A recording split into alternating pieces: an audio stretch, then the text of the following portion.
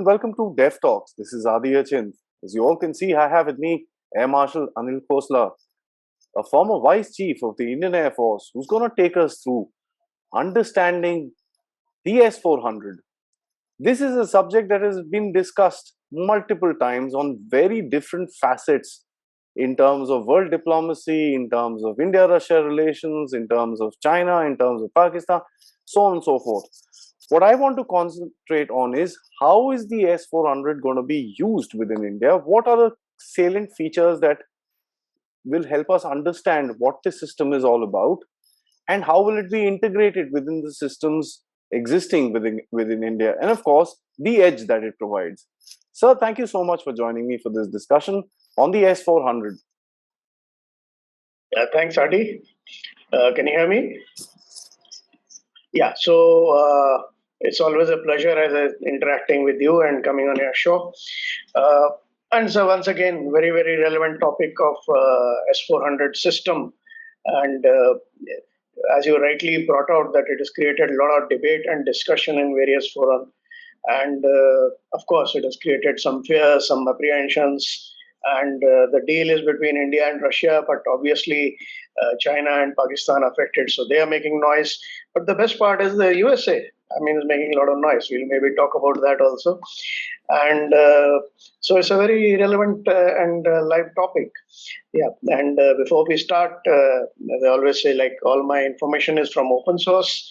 And the views, whatever, have got nothing to do with the Air Force. These are my personal views. Yeah, Adi. So, air defense in a layman's language would basically mean shooting down an aircraft. And I think a lot of us who are interested in aviation have seen a lot of movies where missiles getting fired or anti-aircraft guns that are used to bring down enemy aircraft. First of all, can you please help us understanding a basic perspective of air defense, and where does the S-400 fit in the middle of this entire game? So, good starting point. From the time war has been initiated, always from the time mankind has evolved, they have been fighting each other. And there are two sides of war, the offense and the defense, like boxing or sword fighting or anything. So you try and hurt the enemy and you try to save yourself from the enemy. So one is the offense part, one is the defense part. Like you have a sword and a shield. So similarly, when the 1903, 119 years or 20 years back, air power originated, and then very fast it got sucked into the domain of warfare. And within a few years, the service of Air Force was born. And from then onwards, the progress which was made and technology has really changed everything, and it's become a very important part of the warfare. And obviously, in the air warfare also, there are two aspects to it. One is offensive, that means you try and inflict damage to the enemy. And second is defensive, that means you try and save yourself from the enemy punches. So that is where the air defense come in. But it's not so simple actually. Air defense is actually intrinsic part of the air warfare. It is embedded in the whole gambit of air warfare in a big way. You cannot really isolate itself and say, okay, air defense, I will do campaign separately and some other campaign I'll do separately. It is all mixed together. When a package goes, it has got AD elements, it has got AD elements ahead of it, AD elements along with it, AD elements besides it. Before that, you doing some campaign to assist the AD, to suppress the enemy. You cannot really isolate and say air defense can be done separately and other campaigns of air power can be done separately. That is one part of the perspective. The second is, air defense has evolved over the years with technology advancing. That means I've seen from the time I joined service 4 decades back, 4.5 decades back, we used to have gun tactics, point defense, a small umbrella. AD is like umbrella, you're protecting the VA or VP. So we used to have small umbrella in the terms of guns. Aircraft was fitted with guns, radar, which are limited looks. Okay. From there, we went into area defense, more with missiles, aircraft launching missiles, having better radars. From there, we went into active defense. Now we have got network active defense, means all the warfare is networked, and you're taking the air defense also into enemy territory. That has been possible because of technology. The BVR, beyond visual range missiles. You're firing missiles from your own territory into enemy territory. And then you have long range radars. Okay, so all the technology, you have aircraft with the capability. So all these plus your network, you're sitting in Bangalore and controlling an aircraft which is flying in Srinagar. You're seeing where the whole picture available anywhere in the country. So that is where we have reached, and the whole air defense has progressed along, or evolved, I would say, along with the technology. Okay, now that is the air defense part. Now S-400 is a very, very important system, and it's a very, very potent system. So, like I said, air defense systems, they give you a sort of protection like an umbrella in a rain. So S-400, what it does is it has got multiple umbrellas of different sizes. That is what you can give the perspective to. So it has got smaller umbrellas with limited range, like 40 kilometers or so. It has got a bigger umbrellas going range up to 400 kilometers. So it is a system. Instead of having different systems and then amalgamating them, it is a system in itself who's got multiple umbrellas in it. So it can be used for point defense. It can be used for area defense. It can be used for very important VAVPs like Delhi and all, like ballistic missile defense. Also, it can be used there. So the employment options are huge. Number one, with S-400. Number two, it provides you layer defense. That means when the enemy is approaching, you have chances of intercepting him at far range, medium range, close range. So all these options you have. Okay, then so that is part what is 400 S-400 is all about. But an important thing to remember is it can be used along with other systems, and not only, it is not only solution. I mean, it's not only a solution. It's part of a gambit, but a very important part which gives a lot of potency to the owner of the system. So that is where we stand. Yeah. So thanks for that. I think you've given us an overall perspective of what the S-400 is all about. And, if reports are to be believed, it's supposed to be a very potent system. So may I request you to spend a little time on the capabilities of the system? What is it exactly? How does it look like? I mean, of course, we've seen these big barrels fitted behind a truck firing up into the sky. Beyond that, I don't think anybody's had the chance to actually, figure this system out. And what is it all about? Yeah. So I'll just tell you before that two quick responses. One is, I've given the whole perspective in a very, very simple way and in a very short time. Actually, you can talk about the AD system and the S-400, where does it fit in for hours into, you can go into that. Number one. Number two, when you talked about barrels and reminded me, the Chinese, even Russians follow this philosophy of decoying, and they have followed for quite some time. And so the Chinese have mastered the art, and they have this industry where they make replicas of it. And they have made various kinds. So some are simple, which can be carried, and they're made of rubber or something and filled with air. So some of the pictures, when you see, if the air is deflated a bit, you find these tubes are little bent or distorted. So you can make out that it is a decoy in the visual. Anyway, that was in the lighter vein. So coming to the system as such, S-400. So it's a obviously known fact that it's a Russian-built system and made by the company or the bureau Almaz Intake. And NATO has given it a name of S-21 Growler. And it's a mobile surface-to-air missile system. Okay, and as I said, it's a very potent system, and it's considered as a game changer in the area. And it has evolved. Actually, it's a system which has evolved over the period. The period previous to this, Russians had S-200, then S-300. Now S-400 has come.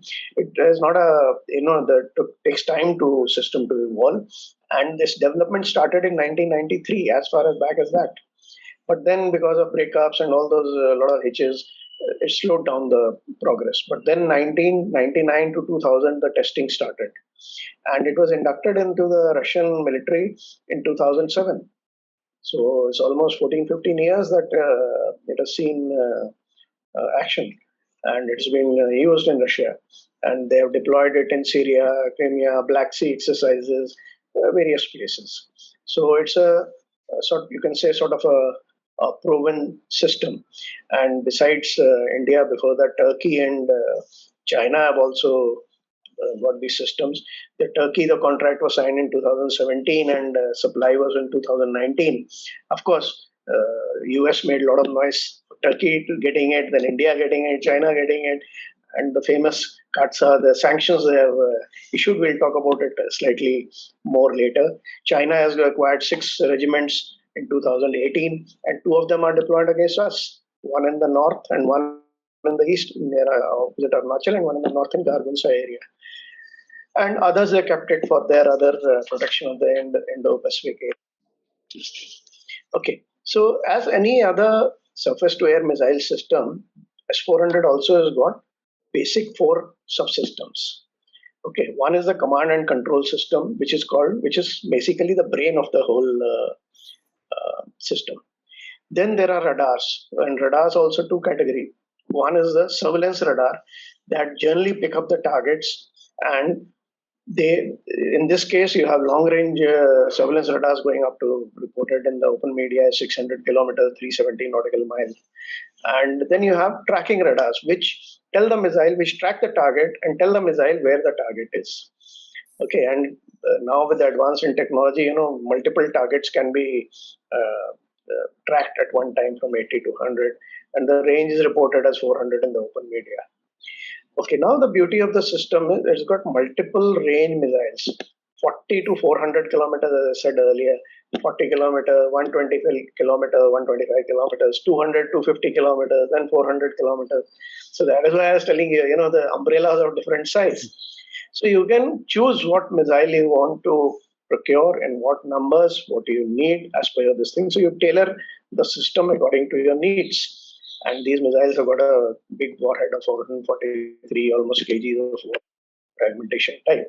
So that is what the system is all about. As far as India is concerned, we have gone in for 5 systems. It's a costly system. It's not a cheap system.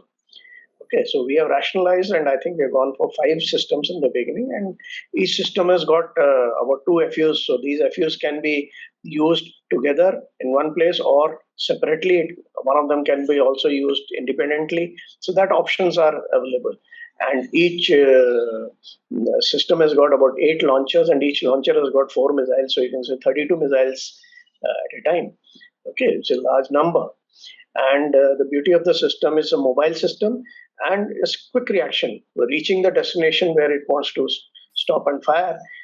They claim within 5 minutes, but the claims are in ideal conditions. That also a lot of debate has gone on. And they say it's a quick reaction within 5 minutes. You can set it up and fire. So that sort of flexibility it gives. So that is what the system is all about. So once again, reiterating, that means it is quick reaction. You can move. It's mobile, and it can give you multiple choices. So that is why it is so potent a system. Yeah, Adi.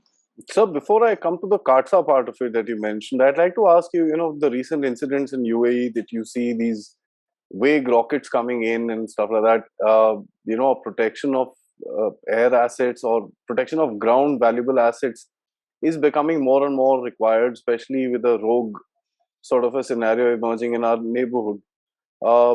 Is this system, capable enough of handling something like that in case that sort of a scenario does come into Indian perspective? Yeah. So as I said, it has got missiles of various ranges, and as per the, it can be used against aircraft, big aircraft, small aircraft, fighters, maneuvering aircraft coming at low level. It can be used against drones. It can be used against ballistic missiles. So that sort of protection. Now, what has happened is air defense has changed in the sense now with the proliferation of drones, smaller drones, which can create a nuisance, like we had an attack on one of our bases with a grenade. Okay, now those systems, for that you need a different kind of system. So you will need something along with it, to cater for that also. That's why in the beginning I said that it is a part of the whole AD setup, and it's not a one solution for the entire air defense. You cannot say that. Okay, and so it can cater to certain extent, but like I will talk about it as employment subsequently. Like in the ballistic missile defense scenario, also it can be used, and but along with other systems. So when you couple it along with other systems, like for those kind of threats, you need a different kind of system, you different kind of sensors, different kind of radars, multiple systems. We have talked about drones earlier, how to counter drones.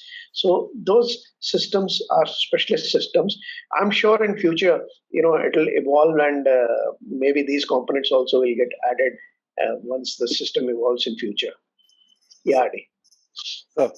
So you mentioned the Indian order was for about 5, sets of this particular system. USA has obviously had objections with Turkey going in for this, system. But the scenario picked up a little speed within USA for India, both pro and against it. India's pro and against India's purchase of this particular system. So I'd like you to kind of tell us what you see happening with regards, the current, of course, standoff which the US finds itself with in Russia, and the Indian contract or the Indian employment of the Indian use of these kind of systems. And of course, it's going to be a long-term contract. It's not just one-time purchase. There's going to be replacements. There's going to be a whole lot of things that will come across. So how do you see this entire scenario, sir? With the CAATSA, of course. So, as far as Indian contract is concerned, as I said, the time frames are already covered. It's almost so the open source, like Wikipedia says, it's a $300 million per system or something like that. But that's a very vague and general figure. Actually, as I said, there's a lot of flexibility, and you decide what you want. Indian contract is, I think, of around 39,000 crore, between 5 and 6 billion. Yes, sir. So that is a contract we have gone depending on the configuration. I'll not go into those details because they're not available in the open media.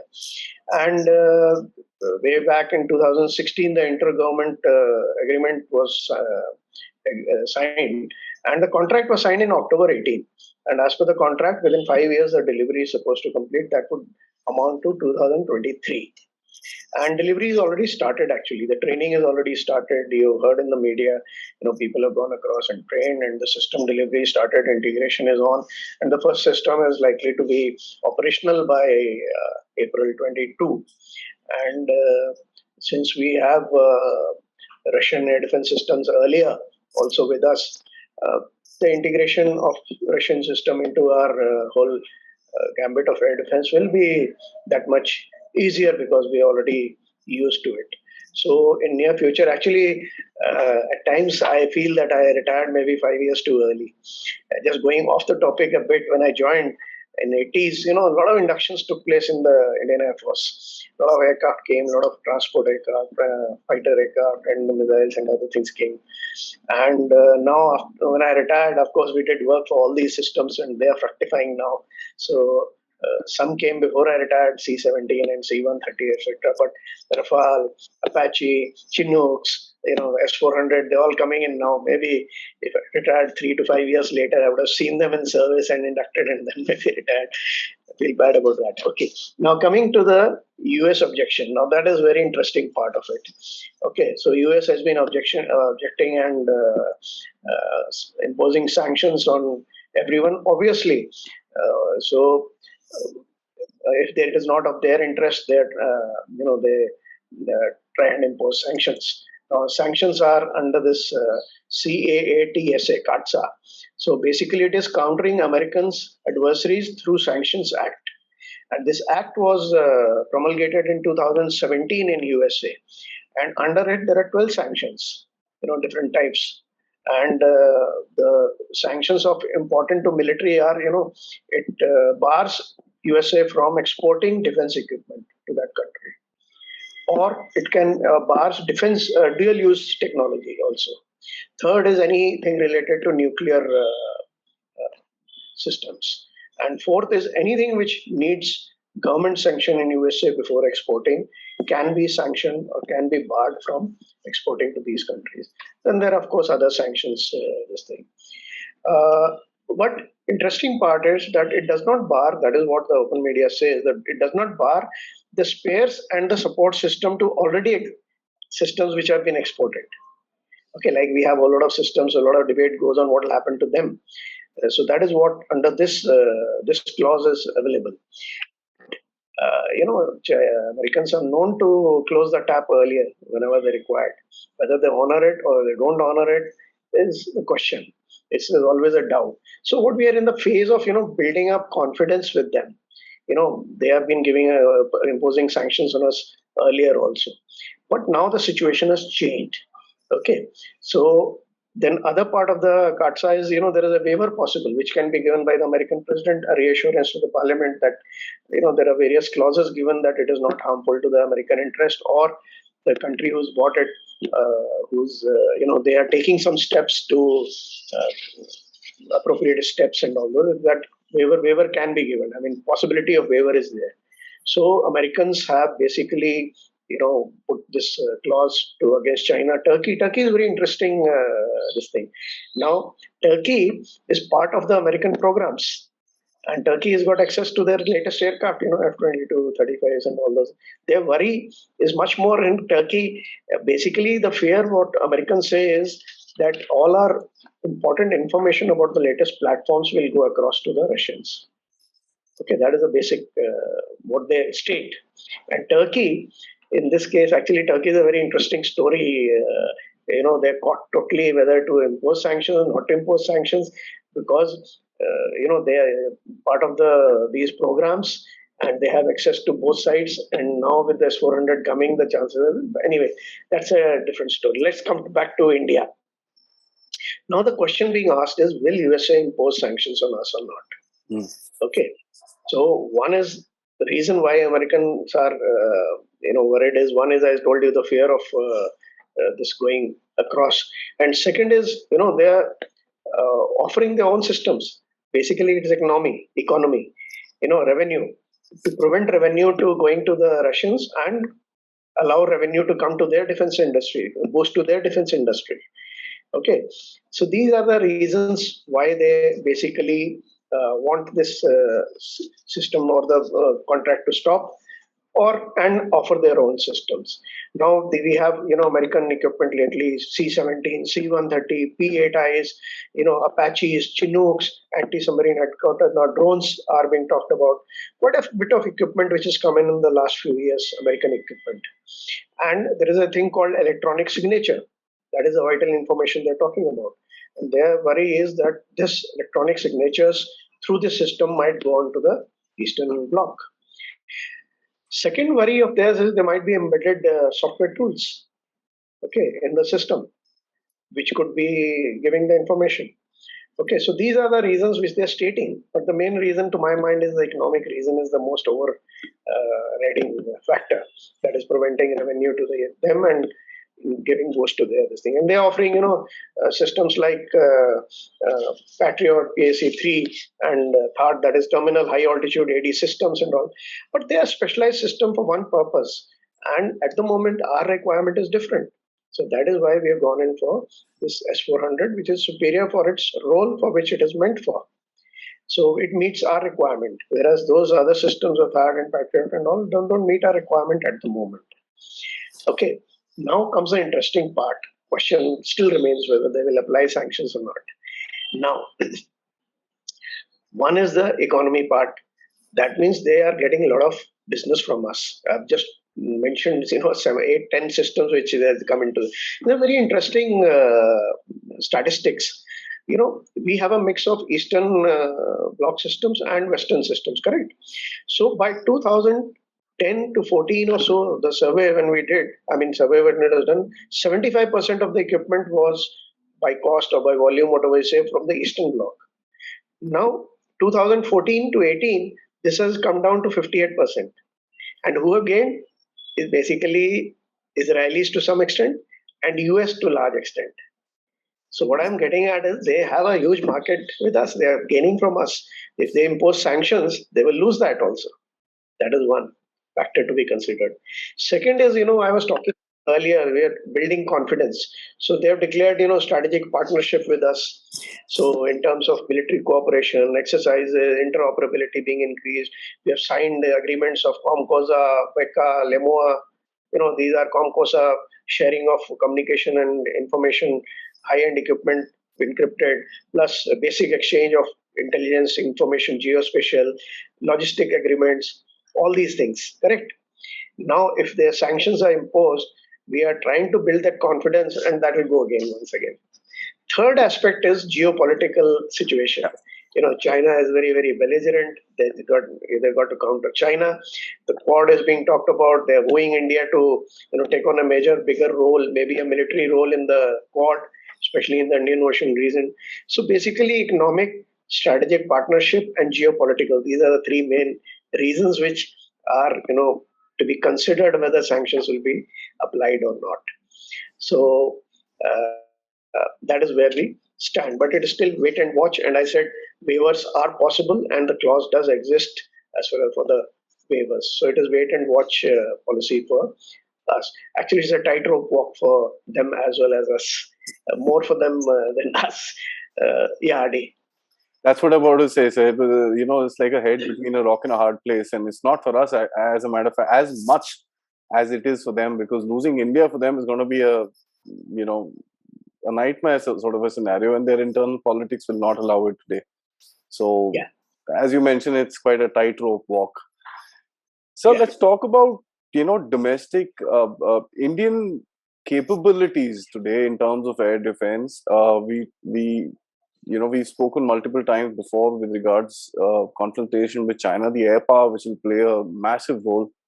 The Chinese are well equipped with all kind of missilery and long range, short range, medium range systems. Drones are something that they speak about.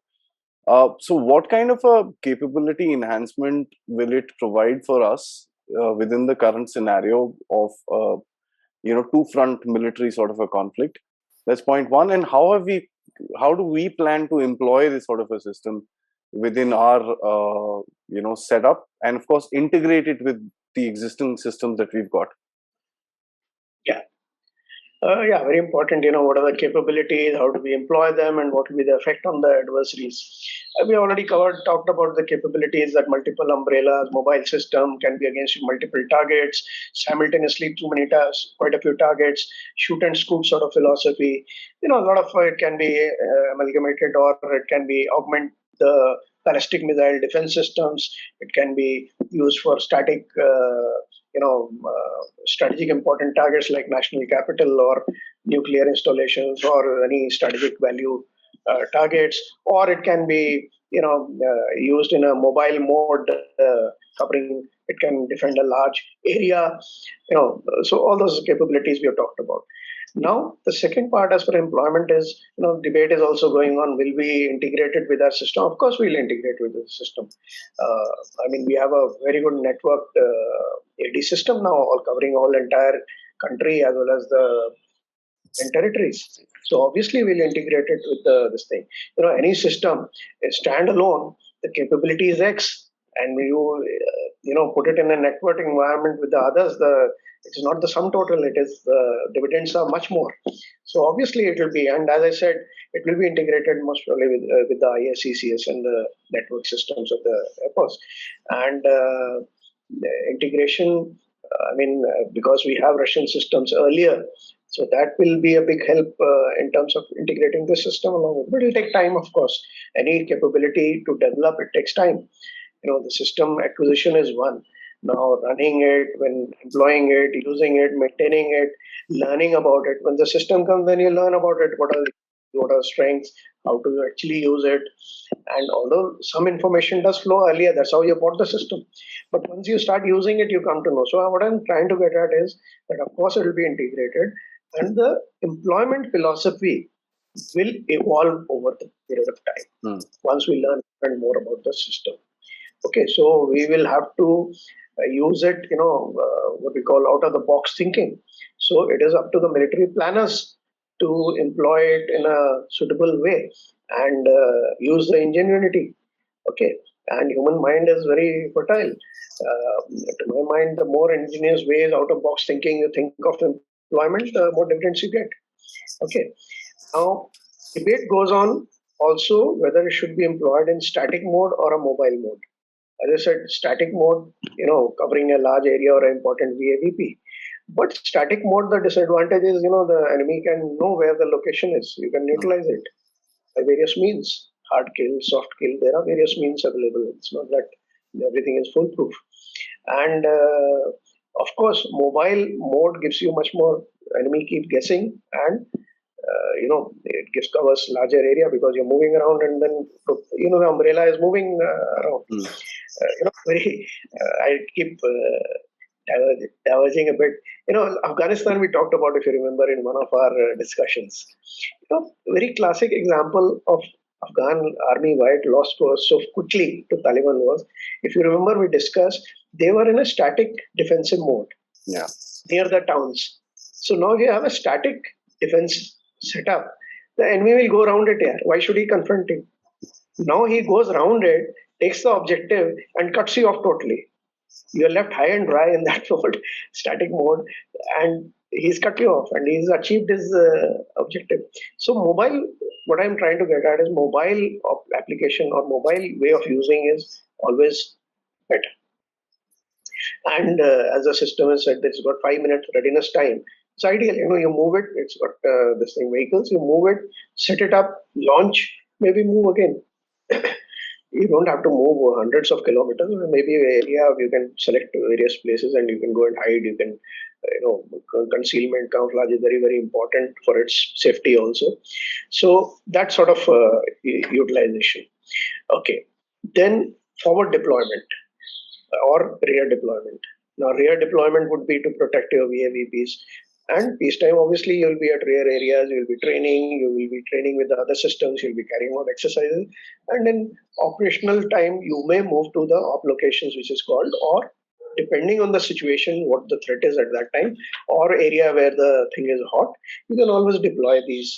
Of course, you have to do work before that during peacetime. So that is what is employment. Now, as I covered, the system can also be employed along with the other systems for the BMD, that is ballistic missile defense. You're also going in for a US system in the open domain. It has come out that close ranges. Then S400 can cover the medium ranges. Then we have this also has come out in the open domain, although it's not I don't know how, but we are developing our own program AD. So in that also, for farther ranges, so you cover all three ranges sort of thing. So it can be utilized for that also. Okay, now what happens to, what is the effect on the enemy when one is, it deters the attack by the enemy because you have a potent system. The attrition will be high. So it sort of deters the enemy to put an attack which is on the area which is protected by this. I mean, he has to take some certain action before he comes into the area. He can't go like a cowboy, charging in. The second is it causes attrition on the enemy. So the enemy losses increase. The third is active defense. It gives a boost to active defense philosophy. That means taking the war into or the battle into enemy territory. Since the ranges of radar and missile are so long, especially on a western side, we'll be picking up and the aircraft before they get airborne from the airfield, enemy airfield. And also they will be vulnerable. I mean, they can get shot down as they're getting airborne. That sort of this thing.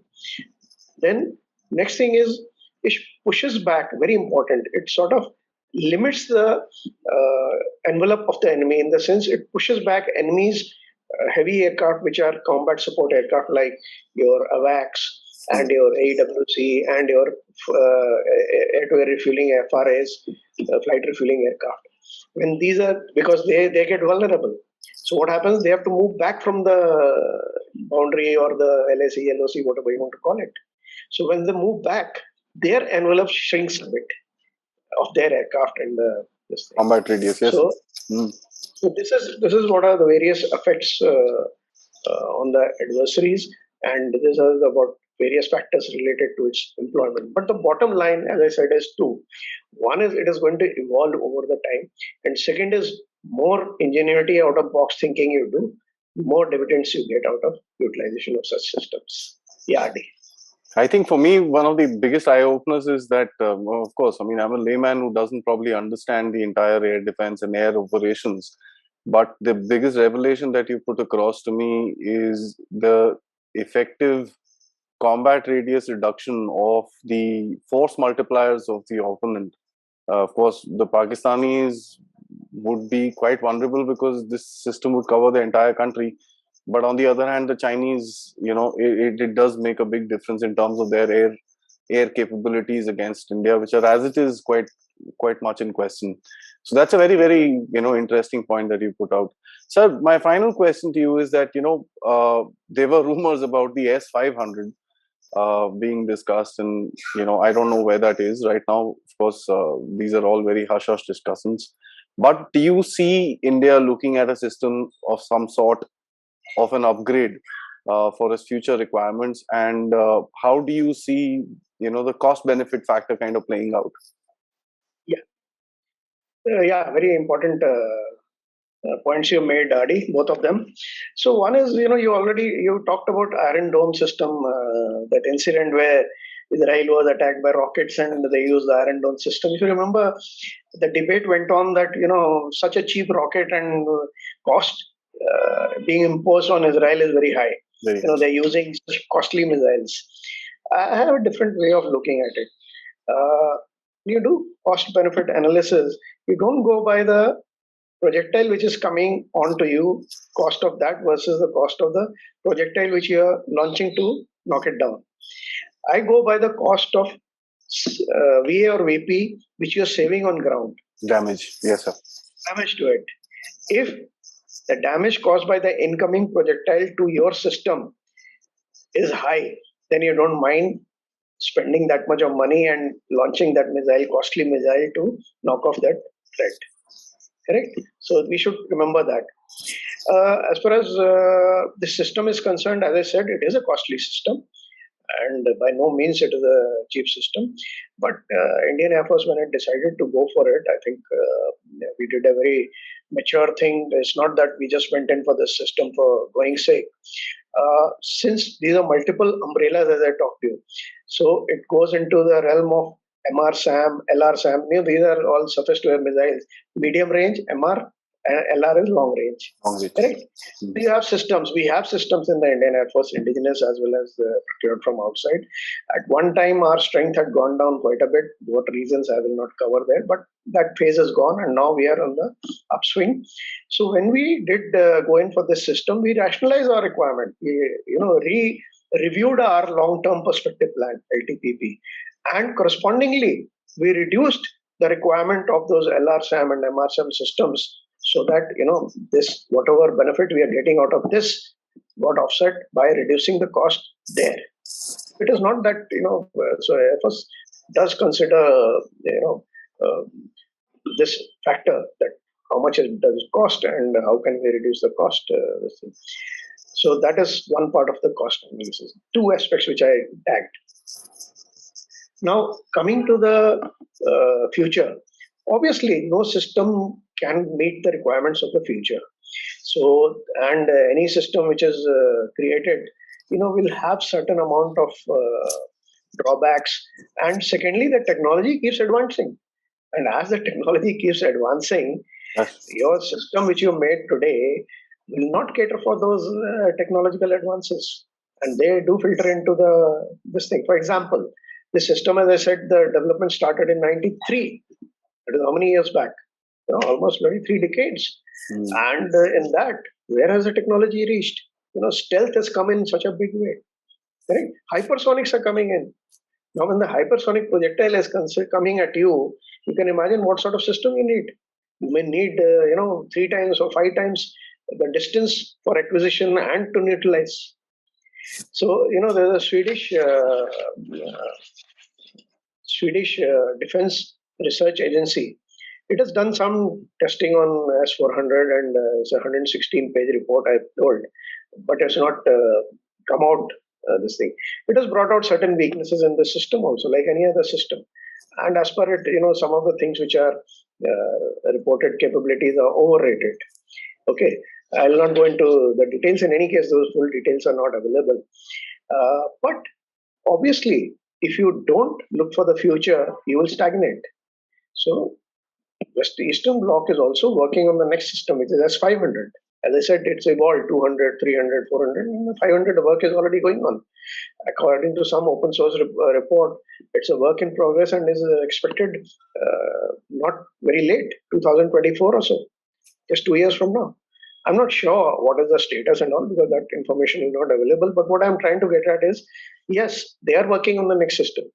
And what I gather from various writings or utterances is that factors like hypersonic, stealth handling, and all these issues, which the new things which have come in, will be catered for or looked into in these systems. Okay, and so technology is advancing, new weapon systems are coming, new platforms are coming, they are more capable. So obviously, their defense packages, their defense systems have to be more capable. So they'll evolve. Okay, now the two factors more related to this issue. One is it's a continuous game. Now we can't keep buying these costly systems as they come out. Okay, we have spent so much of money. This is for decades, 3 to 4 decades. It's not that we buy this and 2 years, 3 years later, latest system comes, we go buying shopping. We don't have that kind of money. We don't have that kind of economic clout. So, second is nobody is going to give you latest technology. True. They always keep. So I always keep saying that in the ultimate run, ultimate this thing is the Atmanirbharta. We are doing quite well along with Israelis. We have gone into for various defense systems. I think we need to develop them and we need to have our own industry available and with the latest technology and not only quality, quantity as well. To assure quality and quantity, we need to get into our own production, that is Atmanirbharta. Okay, so that is what is the yeah. That is undisputed. So I must say, because at the end of it, those systems could be designed for Indian requirements. I mean, more than anything else, I think the indigenous factor of those systems would help us in looking at our own threats and actually design something for those particular things. For example, high altitude deployment. We've got a range of different, topography factors within our battlefields. The thick jungles, deep jungles of Arunachal, or the hot desert in the Rajasthan area, or the Kutch region for that matter. So we've got a huge different thing, and I think I agree with you with regards. I think it's undisputed. So there's no such comment that could come out of that particular thing. So thank you. I think this has give us a great understanding of the S400 beyond the rhetoric, and I've been actually waiting to put that across because there's a lot of rhetoric which is flying around with regards. The system. One has to be realistic. As you mentioned, every system does have a flaw or two around the place. The best of the best in the world. There are issues with every little thing, but this is one of the best in the world, and India has actually bought this today. And it is important for us to kind of understand what kind of capability enhancement does it do for our defenses of the airspace, which is in contest with our adversaries today. Thank you once again, sir, for joining me and taking us through this journey of the S400. Till next time for another subject, another day, sir. Jai Hind. Thank you, Adi. Jai Hind.